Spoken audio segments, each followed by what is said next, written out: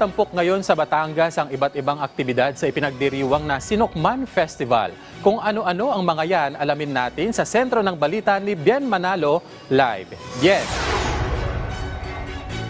Kenneth, ipinagdiriwang ngayong araw ang ika-337 anibersaryo ng pagkakatatag ng Bayan ng Rosario dito sa Batangas.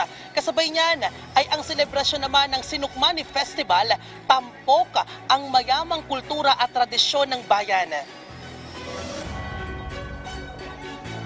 Iba't ibang hulma, hugis at disenyo ng sinukmani ang bumida sa bawat booth ng mga kalahok sa pinakamalikhaing sinukmani bilang bahagi ng selebrasyon ng Sinukmani Festival.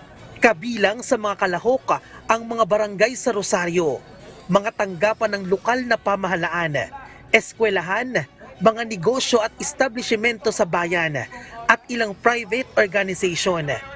Bukod dito, highlight din ng 5-day celebration ang Cook Fest, kung saan nagpasiklaban ng mga kalahok sa pagluluto ng sinukmani. Hinahaluan pa ito ng mani at pinipig na nakapagdadagdag ng lasa para mas lalong sumarap. Ang sinukmani ay isang uri ng kakanin na ipinagmamalaking produkto ng Bayan ng Rosario.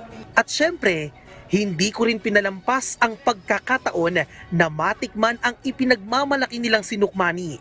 Ito po isang kaugalian ng mga taga-Rosario na talagang ang sinukmani ay napaka-popular dito sa aming bayan. This is our first time, so excited, masaya, kabado. Sana at least mapasama lang kami sa runner-up. Yun po yung pagsasama-sama ng mga taga-Rosario, and sila po yung mga nag-aayos ng mga fini-feature nila yung kanilang mga products at saka yung kamaridiri ng aming bayan. Happy Sinukmani Festival! Happy Sinukmani Festival! Ang Bayan ng Rosario ang binansagang The Rice Granary of Batangas, at sa pagdiriwang ng kanilang founding anniversary, higit sa mga aktibidad ay layo ng selebrasyon na ipakita ang pagkakaisa at pagtutulungan ng bawat Rosarian tungo sa pag-unlad ng kanilang bayan. Kailangan nating magkaisa para mapaayos natin ang barangay, mapaayos natin ang Bayan ng Rosario para maging maigi para sa bagong Rosario, sa bagong Pilipinas.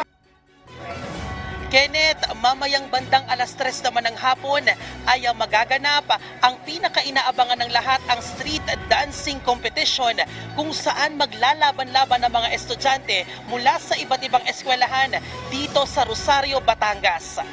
At ayan ang update. Balik sa iyo, Kenneth. Maraming salamat sa iyo, Bien Manalo.